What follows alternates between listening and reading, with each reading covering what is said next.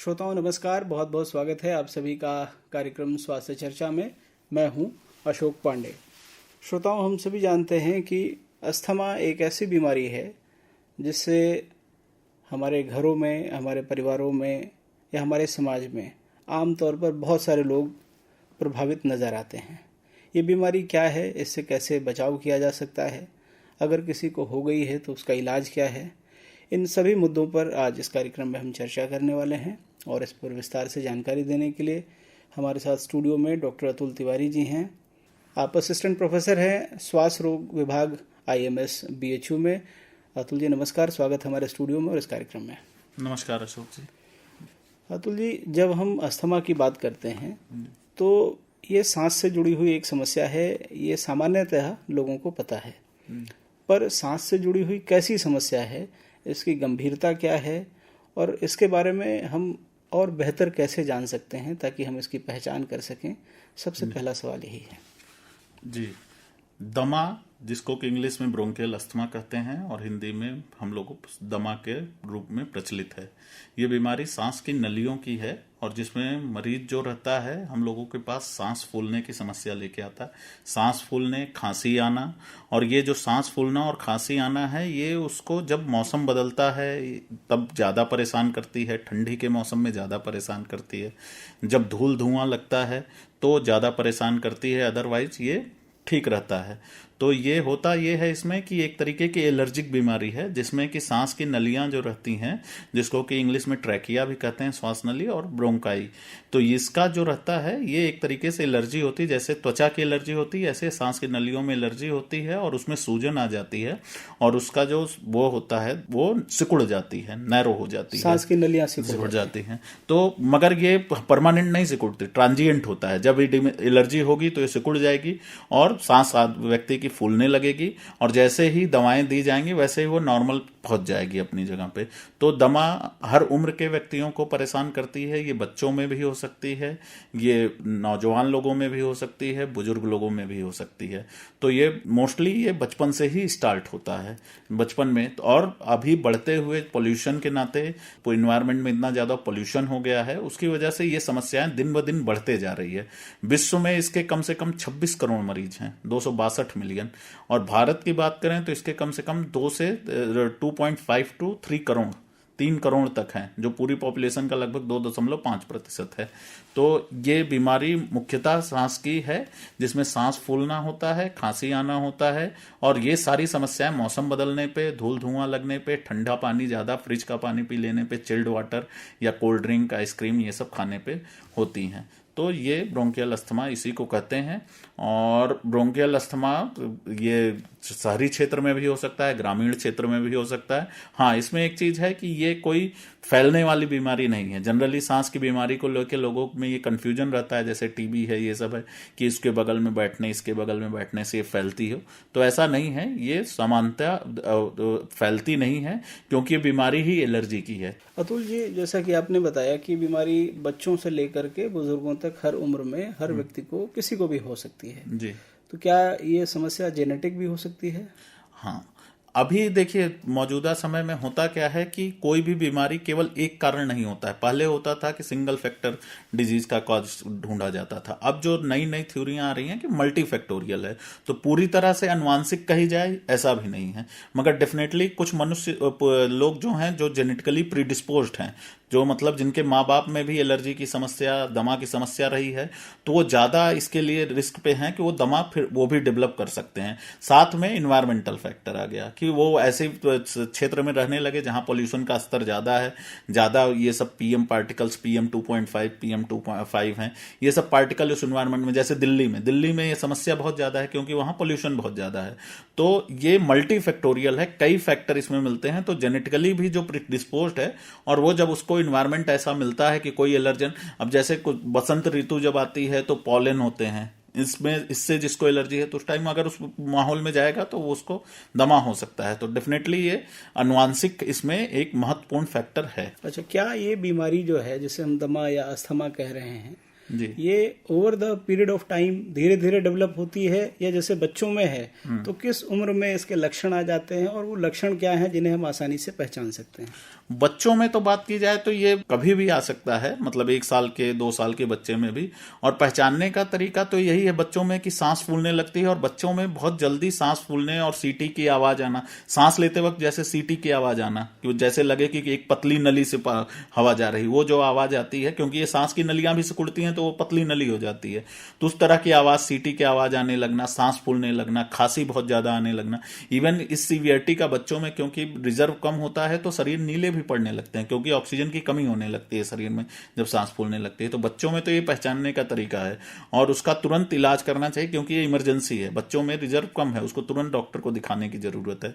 बड़ों में भी इसी तरीके से सांस फूलना, सीटी आना, जिसको कि वीजिंग कहते हैं इंग्लिश में, खांसी आना, बलगम आना, और वो मौसम बदलने पे ज्यादा हो रहा है। सबसे मुख्य है कि मौसम बदलने पे हो रहा है, और या धूल धुआं लगने पे हो रहा है, या पेशेंट बहुत टिपिकल हिस्ट्री देंगे कि आइसक्रीम खाए साहब उसके बाद होने लगा, गला जैसे जकड़न हो गया पूरे, तो ये लक्षण है कि ये दमा है। और आप जैसे कहे कि डेफिनेटली बच्चों में होता है, बच्चों में इस तरह से पहचानना, एडल्ट में होता है, प्रोग्रेसिव है कि नहीं है।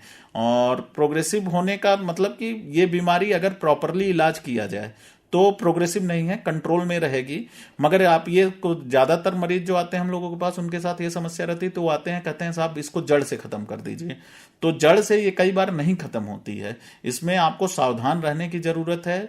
प्रिवेंशन करना है कि जिन चीजों से आपको एलर्जी हो रही है, जिन चीजों से आपकी सांस की समस्या हो रही है, उनसे बचाव करने की जरूरत है। और जरूरत पड़ने पे कुछ दवाएं चलती हैं, इन्हेलर हैं, जिसको अभी हम बात करेंगे इन्हेलर पे।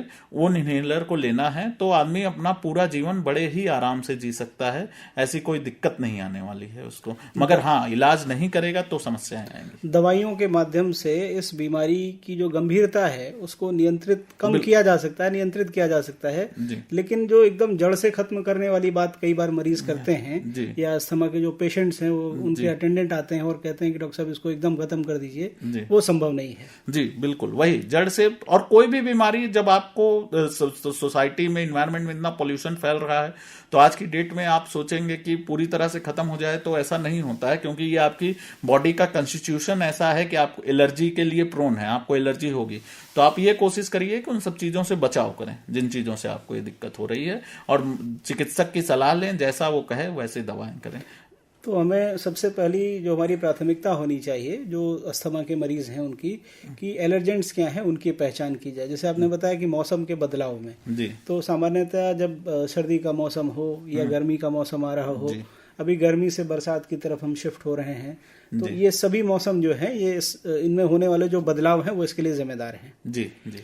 अच्छा, अगर किसी व्यक्ति को है सामान्य लक्षण जो आपने बताए हैं कि सांस में सीटी का आना, या लगातार खांसी का आना, बलगम आना, कफ आना, ये सारे लक्षण किसी व्यक्ति में या किसी बच्चे में मिल रहे हैं, जी, तो वो आश्वस्त हो सकता है कि ये बीमारी जो है अस्थमा है, और इसके लिए हमें इसके विशेषज्ञ से मिलने की आवश्यकता है।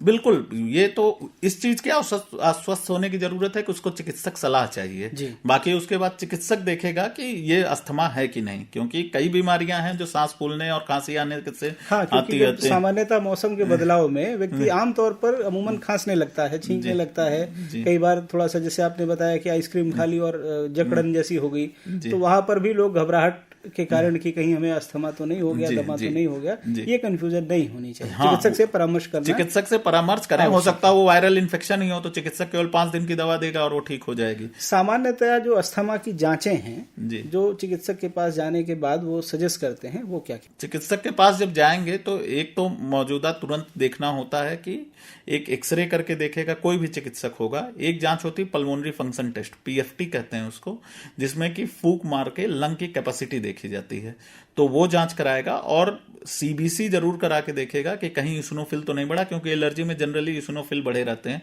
और सांस फूलने का कहीं लक्षण, कई बार अनीमिया, इन सब चीजों से भी सांस फूलती है, तो उन सब चीजों को रूल आउट करने के लिए भी वो इस सीबीसी की खून की जांच कराएगा। बाकी वो इसका हिस्ट्री एग्जामिनेशन करेगा, और हर मरीज के उसके अनुसार अगर उसको किसी और जांच की जरूरत होगी तो उस हिसाब से करेगा। मगर बेसिक है कि एक सीबीसी, एक एक्सरे चेस्ट और एक पीएफटी अगर अस्थमा का लक्षण लग रहा है तो इतना बेसिक जांच वो कराएगा और फिर उसके अनुसार वो डिसाइड करेगा कि इनको अस्थमा है कि नहीं है, और अस्थमा का अगर रहेगा तो उस हिसाब से इलाज करेगा। अतुल जी, शुरुआती दिनों में अगर चिकित्सकीय परामर्श और जांच के पश्चात ये कन्फर्म हो जाए कि जो व्यक्ति है, इस व्यक्ति को अस्थमा की समस्या है, जी, तो किस हद तक हम उस बीमारी पर काबू पा सकते हैं? बिल्कुल, अगर शुरुआती दौर में पता चल जाए, और उसमें एक्चुअली में जितना चिकित्सक का रोल है उतना ही मरीज का भी रोल है। उसको भी अपने स्वास्थ्य को लेकर चिंता करने की जरूरत है और उस हिसाब से रहने की जरूरत है। तुरंत वो बचाव करना चालू करे और साथ में साथ इतना अलर्ट रहे कि वो इस चीज को रियलाइज करे कि हाँ, हम इस एरिया में जाते हैं या इस पेड़ के पास जाते हैं या इस इन्वायरमेंट में जाते हैं तो मेरी समस्याएं बढ़ जाती हैं, तो जरूर वहां कोई ना कोई एलर्जन होगा। तो इस तरीके से वो उस एलर्जन को आइडेंटिफाई करने की कोशिश करे। एक डॉक्टर नहीं कर सकता, क्योंकि इन्वायरमेंट में इन्फिनिट चीज है, अनगिनत चीज है। किससे एलर्जी हो रही है ऐसे बता पाना बहुत टफ काम है, मगर मरीज खुद बता सकता है कि हाँ, हम सब ये पानी पी लेते हैं या इस एरिया में इस पेड़ के पास जाते हैं तो हमको छींक आना चालू हो जाता है। ये सामान्यतः सब लोग करते हैं। तो इस तरीके से वो पहले तो वो ये आइडेंटिफाई करने की कोशिश करे कि क्या एलर्जन है जिससे उसको एलर्जी हो रही है, और फिर उससे बचाव करने की कोशिश करें। उसके बाद भी उसको समस्याएं बनी रहती हैं तो चिकित्सक उस हिसाब से उसका इलाज करेगा।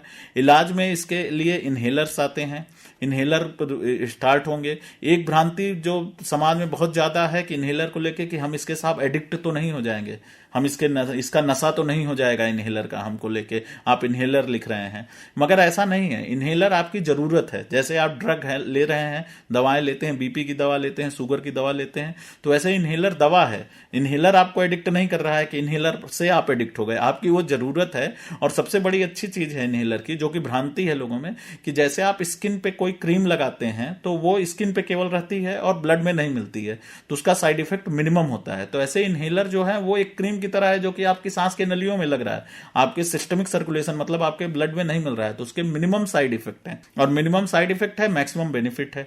जागरूकता नहीं है अपनी हेल्थ को लेके। ये एक कॉमन समस्या है आम पब्लिक में कि उनको लगता है कि साहब गोली दे दो, गोली खा लेते हैं, इन्हेलर नहीं लेंगे, जो कि गोली ज्यादा नुकसानदायक है और इन्हेलर कम नुकसानदायक है। तो इन्हेलर जो दवा है, जो माध्यम है इस दवा को अंदर श्वास नली में इंजेक्ट करने का या देने का, जी, ये सबसे कारगर उपाय है इस बीमारी के इलाज में। हाँ, अभी मतलब इन्हेलर सबसे कारगर, इसके थ्रू हम लोग दवाएं देते हैं। एक्चुअली में इन्हेलर एक टूल है, माध्यम है, उसके थ्रू हम लोग इनहेल्ड कॉर्टिकोस्टेरॉइड देते हैं, जो कि क्योंकि ये एलर्जी है, एलर्जी से इन्फ्लेमेशन हो रहा है, तो हमको इन्फ्लेमेशन पे हिट करना है, इन्फ्लेमेशन को घटाना है। तो कॉर्टिकोस्टेरॉइड्स ये काम करते हैं। कॉर्टिकोस्टेरॉइड्स जो हैं वो बड़े खतरनाक ड्रग्स होते हैं अगर वो टैबलेट के रूप में खाया जाए, उसके बहुत साइड इफेक्ट है, मगर इनहेल्ड फॉर्म में उसका साइड इफेक्ट बहुत ही मिनिमम हो जाता है। तो हम इनहेल्ड फॉर्म में उसको देते हैं जिससे इन्फ्लेमेशन कम हो जाता है। दूसरा इसमें जो साथ में दिया जाता है इनहेल्ड कॉर्टिकोस्टेरॉइड के, वो है ब्रोंकोडायलेटर्स। ब्रोंकोडायलेटर मतलब जो सांस की नलियों को फैला दे, क्योंकि सारी समस्या सांस की नलियों की सिकुड़ने की वजह से हो रही है। तो ब्रोंकोडायलेटर्स में फॉर्मेट्रॉल है, साल्बुटामॉल है, कुछ सॉल्ट एक्टिंग है, कुछ लॉन्ग एक्टिंग है, तो वो हम देते हैं। तो मौजूदा समय में जो मुख्य इलाज है वो यही है, ICS, inhaled corticosteroid plus bronchodilator, जो कि सांस की नलियों को फैलाता है, और उसको देने का माध्यम इनहेलर, जो कि सबसे कारगर है। तो ये तो हमने इलाज की बात की। बचाव के क्या क्या उपाय हो सकते हैं? सामान्यतः व्यक्ति को किन किन बातों का ख्याल रखना होता है? उसकी भोजन शैली कैसी होनी चाहिए? परिवार की भूमिका कितनी महत्वपूर्ण है? और ये जो कुछ आपने बताया कि लोगों में भ्रांतियां हैं कि भाई छूने से फैलता है, खांसने और छींकने से हमें तो नहीं हो जाएगा, इस पर भी चलते चलते हम थोड़ी चर्चा कर लें। देखिए, इलाज तो इन्हेलर और वो है, और वो आपका चिकित्सक करेगा, मगर आपको उतना ही एक्टिवली पार्टिसिपेट करना होगा चिकित्सक के साथ। जैसे हम कहें, चिकित्सक ये नहीं आइडेंटिफाई कर सकता है कि आपको किससे एलर्जी हो रही है, तो आप उसको अपने आसपास अलर्ट रह के, चाहे एक पेपर लेके, इसको अस्थमा एक्शन प्लान कहते हैं, जो global initiative for asthma control है, जीना, उसमें भी ये चीज लिखी हुई है कि आप मरीज खुद अपना एक पेन पेपर ले और उसको लिखे कि कितना हमको मतलब किस चीजों से एलर्जी हो रही है, उसको आइडेंटिफाई करने की कोशिश करें। दूसरा, जब वो दवाएं स्टार्ट हो तो ये आइडेंटिफाई करने की कोशिश करें कि क्या इन दवाओं को लेने के बाद हमको कितना आराम हुआ। आराम को मापने का भी तरीका है, जैसे आपकी रात में सांस फूलने से कितनी बार नींद खुल जा रही है, अगर हफ्ते में 2 बार से ज्यादा खुल जा रही है तो आपका अस्थमा कंट्रोल्ड नहीं है।